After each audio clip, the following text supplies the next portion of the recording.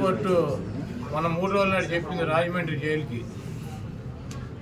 ఆయనేమో రా కదలరా అని చెప్పి ప్రజలను పిలుస్తున్నాడు. ఆయనేమో కోర్టులో రా కదలి వెళ్ళు సెంట్రల్ జైలుకి, ఈ నక్క చిత్తులు కన్ను పని చేయట్లేదు, కిడ్నీ పని చేయట్లేదు, గోళీ ఓడిపోయింది, ఇటువంటి సొల్లు కబుర్లు చెప్పకుండా నువ్వు చేసినటువంటి 420 కార్యక్రమాలకి రా కదలరా అని చెప్పి రాజమండ్రి సెంట్రల్ జైలు దీనికి ఆహ్వానం పలుకుతాయని త్వరలో కూడా వెళ్తాడు. వచ్చే ఎన్నికల్లో కొడాలనానికి డిపాజిట్లు కూడా రావు అని చెప్పేసి టీడీపీ నేతలు ఇవాళ సభ ద్వారా మేము ప్రూవ్ చేస్తామని చెప్పి టీడీపీ నేతలు. చంద్రబాబు 2014 ఎన్నికల ముందు 3 సభలు పెట్టాడు గుడివాడలో. అప్పుడు కూడా ఏ సొల్లు కబుర్లు. కాకపోతే పోటీ చేసే అభ్యర్థులు మారారు, వచ్చి ప్రగల్భాలు చెప్పే సొల్లుగాళ్ళు మారారు. 2019 ఎన్నికల్లో కూడా కొడాలనానికి డిపాజిట్ లేకుండా చేస్తాను 3 మీటింగులు పెట్టి ఇటువంటి సొల్లు కబుర్లు, ఈ సొల్లు నా కొడుకులు సొల్లు పోరానని చెప్పారు. మళ్ళీ 2024 వచ్చింది, మళ్ళీ అభ్యర్థులు మారారు, మళ్ళీ మాట్లాడేవాళ్ళు మారారు.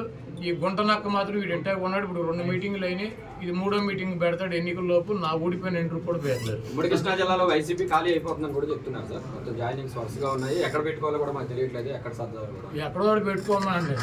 బాబు కొడుకులు 2 పుస్తకాలు పెట్టుకుంటారు కదా, ఎర్ర బుక్కులు, అక్కడ పెట్టుకోమనండి. బాబు కొడుకులు ఎర్ర బుక్కునే చించి తోసుకోమని చెప్పారు, ఏమన్నా కూడా ఎక్కడో తోసుకోమని చెప్పారు. జన సమీకరణ రాకుండా పోలీసులు అడ్డుకుంటున్నారు అని చెప్తున్నారు. అసలు చంద్రబాబు గుడివాళ్ళు ఎవడొస్తాడు? కాదు, చంద్రబాబు గుడివాళ్ళు పట్టించుకునేవాడు వాడు దొంగ 420 గాడు అని తెలియదు. మా గుడివాళ్ళలో మాకు ఎన్టీ రామారావుని అంత మహోన్నతుడిని పార్టీ నుంచి తొలగించి ముఖ్యమంత్రి పదవి కొట్టేసి మా ప్రాంతం వాడిని సంకనాకి ఇచ్చేసినటువంటి వెధవీడు అని తెలియదు. వీడికి ఎవడొస్తాడు? చంద్రబాబు నాయుడికి జనం వస్తారా? అంటే 1,00,000 మందితో సభ పెడుతున్నామని టీడీపీ నాయకులు చెప్తున్నారు కదా సార్. 2 లక్షలు అన్నారు, ఇప్పుడు 1,00,000కి వచ్చారా? అది మొన్న వాళ్ళే పార్టీ మీటింగ్ పెట్టి 2 లక్షల మంది జనం అన్నారు, ఇప్పుడు 1,00,000కి వచ్చారా? అక్కడ తీసుకున్న ల్యాండ్ ఎంత చూసారా మీరు? 22 ఎకరాలు పొలం తీసుకున్నారు, దాంట్లో 9 ఎకరాలు పార్కింగ్ పెట్టారు, 5 ఎకరాలు డయాస్ వేశారు, 5,000 కుర్చీలు వేశారు. 1,00,000 మంది వస్తారా?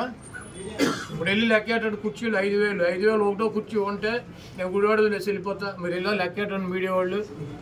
22 ఎకరాలు ల్యాండ్, 7 ఎకరాలు పార్కింగ్, 9 ఎకరాలు పార్కింగ్, 5 ఎకరాలు ఏమో డయాస్ అంట, ఆయన సెక్యూరిటీ అంట. వేసి 5,000 కుర్చీలు వేసి 1,00,000 మంది వస్తారు. 5,000 కుర్చీలు 1,00,000 మంది కూర్చుంటారు. అంటే ఒక్కొక్క కుర్చీలో 10 మందిని కూర్చోబెడతారు ఏంటి? ఇవన్నీ సొల్లు కాపులు. 5,000 మందికి అక్కడ ఏర్పాట్లు చేశారు. చంద్రబాబు మాట్లాడేటప్పుడు 3,000 మంది ఉంటారు. చంద్రబాబుకి ఆయన ఋత్విక్ రోషన్ ఏంటి ఓ జగబడి వచ్చేటకి ఈ సొల్లు కానీ నా చిన్నప్పటి నుంచి చూసి సొల్లు కబుర్లు, సొల్లు పురాణం ఇవన్నీ ఇని మా వాళ్ళకి చెవుల్లోంచి రక్తం గారిని చంద్రబాబుని పట్టించుకున్నాడు గుడివాళ్ళు ఎవడు ఉండడు. అంటే మీరేమో ఏమీ లేదంటున్నారు. ఒక పక్కన బాలసారి గారేమో జనసేనలో చేరుతున్నారు, బాలసారి గారేమో టీడీపీలో చేరుతున్నారు. ఎందుకని ఇట్లా వెళ్తూ ఉన్నారు? జగన్మోహన్ రెడ్డి గారు నిన్ను టీవీలో, ఏ టీవీ? 10 టీవీ. నేను తీసేస్తే నువ్వు ఎక్కడ చేస్తావు? ఏదో ఛానల్ చేరవా? ఇంటికాడ కూర్చుంటావా? ఆయన వేరే చోటుకి వెళ్ళమని వెళ్ళారు, ఆయన చెబుతున్నాడు కదా.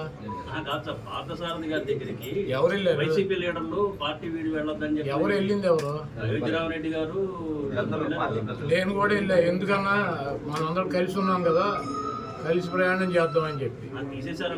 అవునే, ఆయన తీసేసాడు, మేము ఉన్నామని అడుగుతాం. పీకేసేది మేం కాదు కదా. కలిసి ఉన్నాము అన్ని చోట్ల, ఇప్పుడు దాకా కలిసి ఉన్నాం కదా, కలిసి ఉన్నాం. తొందరపాటు మాకు చోటకి వెళ్తాం. మరి ఎవరు వెళ్తారు? కాదు, ఎవరు వెళ్తారు? జగన్మోహన్ రెడ్డి గారు సీట్ ఇస్తానంటే నాకు వద్దు, జనసేన తెలుగుదేశం మా జలది ఏ పార్టీకి వస్తే సీట్ ఆ పార్టీలో చేస్తామని చెప్పి వెళ్ళేవాళ్ళు ఎవడు ఉన్నాడా? అది జగన్మోహన్ రెడ్డి గారు పీకేసిన వాళ్ళు తప్పించి, పక్కన పెట్టిన వాళ్ళు తప్పించి ఎవరు వెళ్ళారు చెప్పండి? ఒకటి పేరు చెప్పండి. జగన్మోహన్ రెడ్డి గారు నేను సీట్ ఇవ్వను, నీకు బాగాలేదు అని చెప్పిన వాళ్ళు తప్పించి ఎవరు వెళ్ళారు చెప్పండి? ఒకటి పేరు చెప్పండి. లేదు మాకు చంద్రబాబు దగ్గరికి వెళ్తామని చెప్పి వెళ్ళినాడు ఎవడు? ఒకటి పేరు చెప్పండి. పీకేసిన వాళ్ళు ఇప్పుడు మిమ్మల్ని ఒక ఛానల్లో పీకేస్తే ఇంకో ఛానల్కి వెళ్ళరా? ఉద్యోగం మానే సిటీ కూడా కూర్చుంటారా?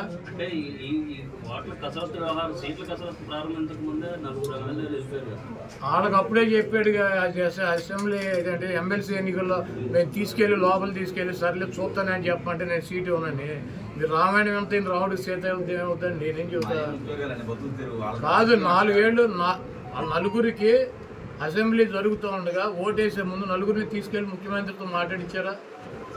మాట్లాడితే నేను సీట్ ఇవ్వలేను మీకు, మీరు గబ్బులే పలిగిపోయారని చెప్పాడా? వాళ్ళే బయటకు వచ్చి చెప్పారా నాకు సీట్ ఇవ్వను అన్నాడు, అందుకని చెప్పి మేము వేసామని చెప్పి? మళ్ళీ రామాయణం అంతే రాముడు సీత ఏమవుతుందంటే అప్పుడు నలుగురైనా ఇప్పుడు నలుగురైనా జగన్మోహన్ రెడ్డి గారు సీట్ ఏమనంటే వెళ్ళిపోతారు.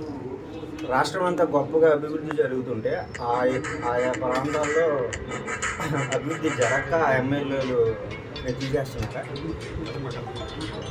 ఇప్పుడు మీ ఛానల్లో నిన్ను తీసేశారు అనుకో, అదే మీ ఛానల్ పనికిరాందని నిన్ను తీసేసినట్ట, లేదా మీ ఛానల్ సరిగ్గా వార్తలు వేయట్లేదని నిన్ను తీసేసినట్ట. ఉచిత పథకాలు నేను అడిగేదాన్ని సమాధానం చెప్పు.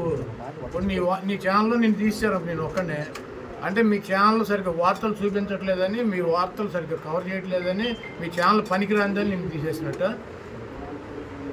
ఇప్పుడు బిహేవియర్ ఉంటుంది, ఒక ఎమ్మెల్యే అయినా ఒక ప్రజాప్రతినిధి బిహేవియర్ ఉంటుంది. లేకపోతే సామాజిక సమీకరణాల్లో అక్కడ ఉన్నటువంటి సామాజిక సమీకరణలో మిగిలినటువంటి వాళ్ళకి అవకాశం వచ్చినటువంటి పరిస్థితి ఉంటుంది. ఇదన్నా ఒక రాజకీయ పార్టీ ఒకరినే పెట్టుకుని 365 రోజులు ఇక ఎలక్షన్ వచ్చేప్పుడల్లా అతనికే సీట్ ఇవ్వాలని రాసి ఉందా? తెలుగుదేశం చంద్రబాబు నాయుడు అడిగేస్తాడు, ఇప్పుడు నలుగురిని మార్చాడు నా మీద. ఇప్పుడు వెళ్ళి అడగండి. ఓటింగ్ ఉన్న పార్టీ జగన్మోహన్ రెడ్డి గారు కాంగ్రెస్ పార్టీ అధికారంలో ఉండగా, కిరణ్ కుమార్ రెడ్డి గారు ముఖ్యమంత్రిగా ఉండగా, ఈ రాష్ట్రంలో బలంగా కాంగ్రెస్ పార్టీ ఉండగా, కాంగ్రెస్ పార్టీలోంచి వచ్చి జగన్మోహన్ రెడ్డి గారు కాంగ్రెస్ పార్టీ మీద పోటీ చేసి పులివెందల, కడప పార్లమెంట్ అసెంబ్లీ గెలిచారు. ఆ తర్వాత జరిగినటువంటి బై ఎలక్షన్లో పార్లమెంటు కడపలో 20 అసెంబ్లీ సీట్లో పోటీ చేసి కాంగ్రెస్ పార్టీ మీద గెలిచాడు. కాంగ్రెస్ పార్టీ ముఖ్యమంత్రి ఉండగా, కాంగ్రెస్ పార్టీ బలంగా ఉండగా, ఇప్పుడు 1% ఉన్న కాంగ్రెస్ పార్టీ గురించి మీటింగ్ ఏంటి? జగన్మోహన్ రెడ్డి గారు గెలిచింది ఎవరి మీద? కడపలో ఎవరి మీద గెలిచాడు? కాంగ్రెస్ పార్టీ మీద గెలిస్తే తెలుగుదేశానికి డిపాజిట్ పోయింది. అప్పుడు ఏమైంది కాంగ్రెస్ ఓటు? పులివెందుల్లో విజయం గారు గెలిచింది ఎవరి మీద? కాంగ్రెస్ మీద గెలిచారు. ఎవరి మీద గెలిచింది? ఆవిడ వివేకానంద రెడ్డి గారి మీద గెలిచింది, వైఎస్ వివేకానంద రెడ్డి గారి మీద. తెలుగుదేశానికి డిపాజిట్ పోయింది, కాంగ్రెస్ ఓటు వచ్చిందా మాకు? లేకపోతే నెల్లూరు పార్లమెంటు కాంగ్రెస్ పార్టీ అధికారంలో ఉండగా కాంగ్రెస్ మీద గెలిస్తే తెలుగుదేశం డిపాజిట్ పోయింది. కొవ్వూరు, ఇక్కడ రాజేంద్రపురం, అదేవిధంగా ఈ పక్కన ఉన్నటువంటి నరసాపురం, ఇవన్నీ డిపాజిట్ తెలుగుదేశానికి పోయినాయి, కాంగ్రెస్ మీద పోటీ చేస్తారు.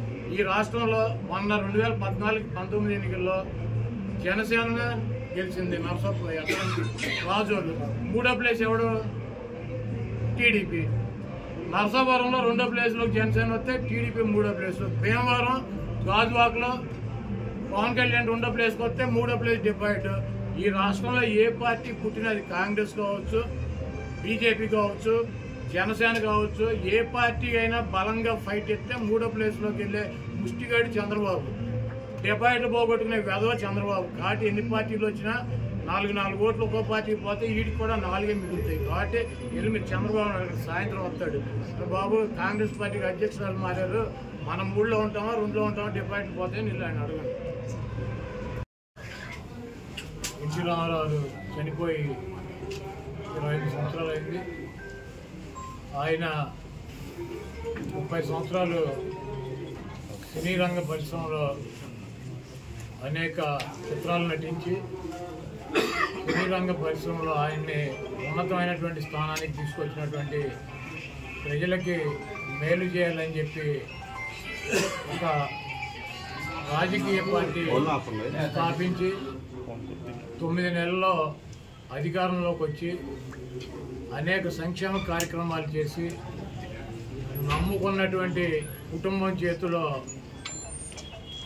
మోసపోయి అధికార దాహంతో ఒక దుర్మార్గుడి చేతిలో వంచనకి గురయ్యి పార్టీని, ముఖ్యమంత్రి పదవిని కోల్పోయి మనోవేదనతో చనిపోయి ఈ రోజుకి 28 సంవత్సరాలు అయింది.